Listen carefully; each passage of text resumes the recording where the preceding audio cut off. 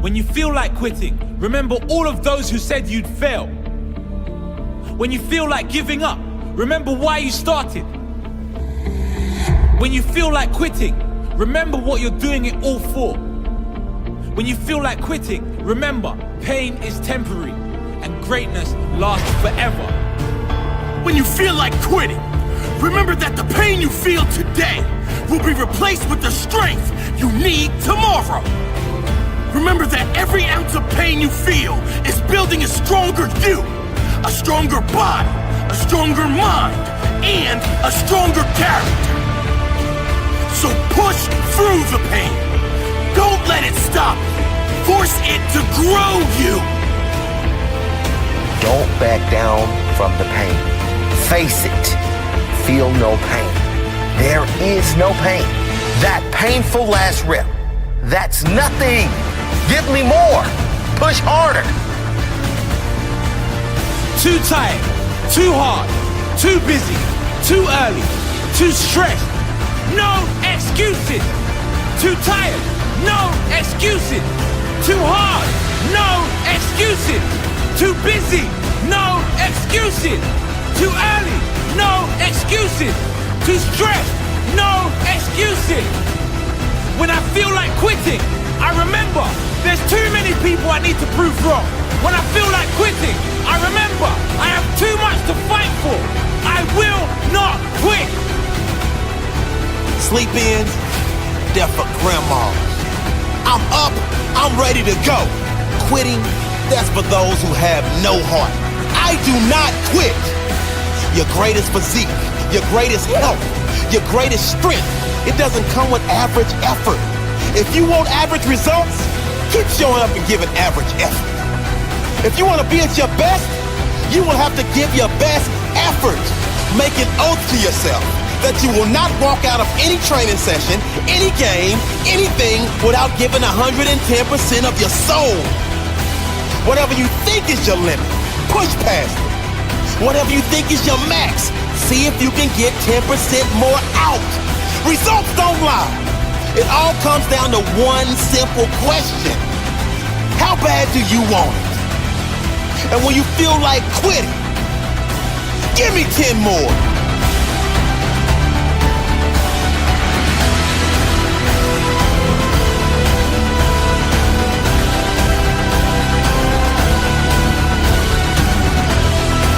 Nothing great is going to come if you quit. I know it's hard. I know you are tired. I know it seems impossible, but you must keep going.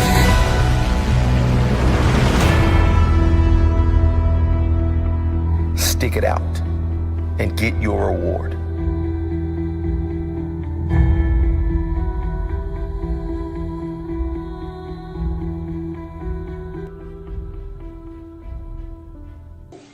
Why is it that you deserve your goal? What are the 5 reasons that you won't give up? When life catches you on the blind side, when the messenger of misery visits you, what are you going to do? What will keep you in the game when life knocks you to the canvas? See, the Buster Douglas that fought in the last fight was not the Buster Douglas that fought Mike Tyson. See, the Buster Douglas that got knocked down while fighting Mike Tyson had gotten out of an alcohol recovery center. His mother had died. His wife was ill with a terminal illness. He was considered a nothing, a bum. So when he got knocked down, Buster Douglas had a reason to get back up because he said, I'm dedicating this fight to the memory of my mama. But when he fought the last fight that he had, and he got knocked down, and he had a guaranteed $24 million in his pocket, whether he got up or not, he just said, hurry up and count me out.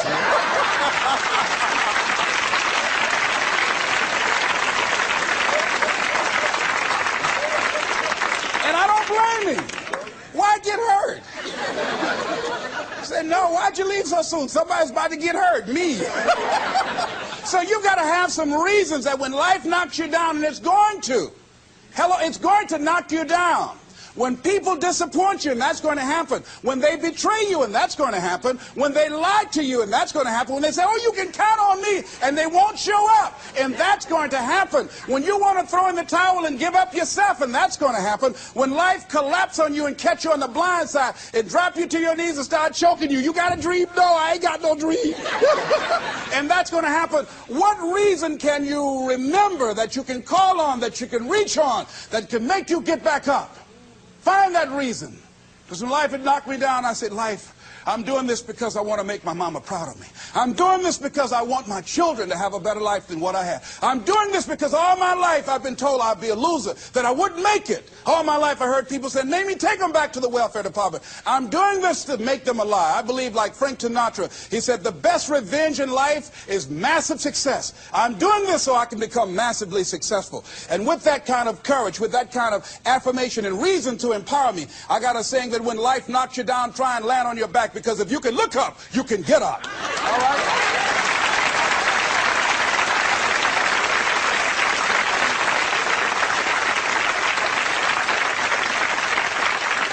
So when you run out of money, when things don't work out for you, when things happen that you could not anticipate, what are the reasons that you can think of that can keep you strong, that can keep you in the game, that will be your rod and staff to comfort you, that can be your bridge over troubled waters? Those reasons are very important. Nietzsche said, if you know the why for living, you can endure almost anyhow.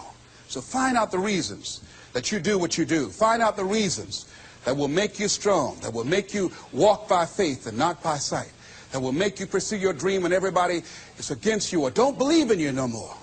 And let me tell you something, that's a lonely feeling. It's a lonely feeling, particularly people that you're doing it for, or people that stand to benefit the most, or people who should be the #1 members in the encouragement club, when they end up saying, you can't do it, and they become members of the discouragement club. Oh, it hurts very badly. I know what that's like. Have people that you love close to you that look at you with that look and say, why don't you try something else? Why don't you give up? I said, but this is my life. I have got to do this. Les, you had a good job at Sears. That man like you. Mama, I can't go back to Sears. I got to be my own boss. I can't do that. I mean, you know, it's ladies and gentlemen, you know, when you work on a job that's dead end, you can see the ceiling already. It's like going in the middle of a movie. And after you've seen the movie, sitting back through that over again, there's something missing. You know the hero's not going to die. You know what the outcome is already. And so that's why a lot of people, a lady was telling me, she said when she went to work, it felt like a refrigerator fell on her shoulder as soon as she stepped in.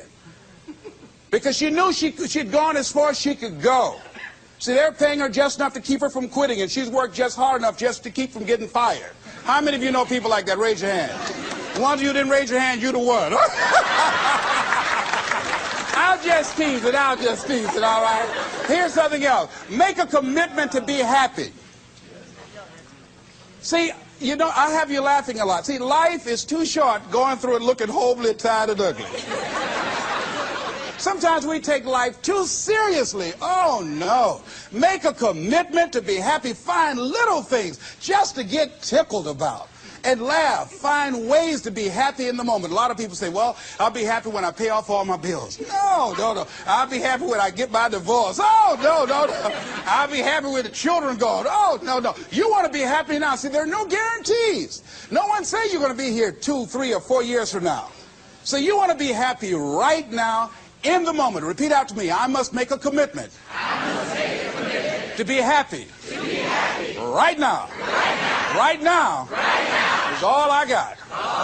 Take somebody's hand on your right and left and say, you deserve to be happy.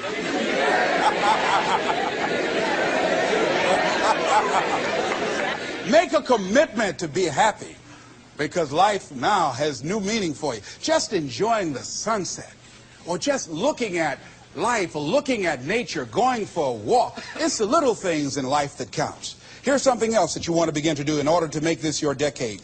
You want to begin to get all the toxic people out of your life. Hello. Energy drainers, get them out of your life. See, ladies and gentlemen, it takes a lot of energy to reach your goal. It takes a lot of emotional, mental, and spiritual energy to reach your goal. And you can run faster with 100 who want to go than with one around your neck. So there are two kinds of relationships. Sid Simon talks about this. Nourishing relationships and toxic relationships. Nourishing relationships are the relationships that inspire you. They motivate you. They bring the best out of you. Toxic relationships are relationships with people that always criticize you. All they can do is find fault. All they can do is just exploit your weaknesses. All they can do is remind you of the mistakes that you've made in the past. These people are bad for your health. Toxic people can run your blood pressure up. One apple can spoil a whole barrel. One negative energy drainer can spoil your whole life. I know people whose lives have been ruined because somebody wasn't good for them. See, there are some people that aren't good for you. Hello? They aren't good for you. You've got to get them out of your life. See, a lot of people put up with a lot of foolishness because they don't want to die by themselves. Here's what I believe. I believe in a one-to-a-box theory.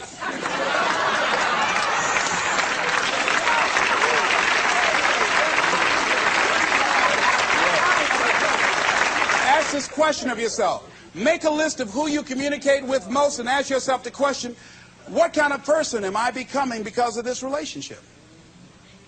Is it helping me to grow mentally and emotionally and spiritually? Am I becoming a better person because of this relationship?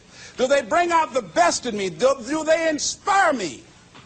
Do they encourage me to develop my greatness? Do they make me stretch? So you got to look at the people in your life and find out what kind of person are you becoming because of that relationship. My mother used to say, birds of a feather flock together. You run around with losers, you will end up a loser.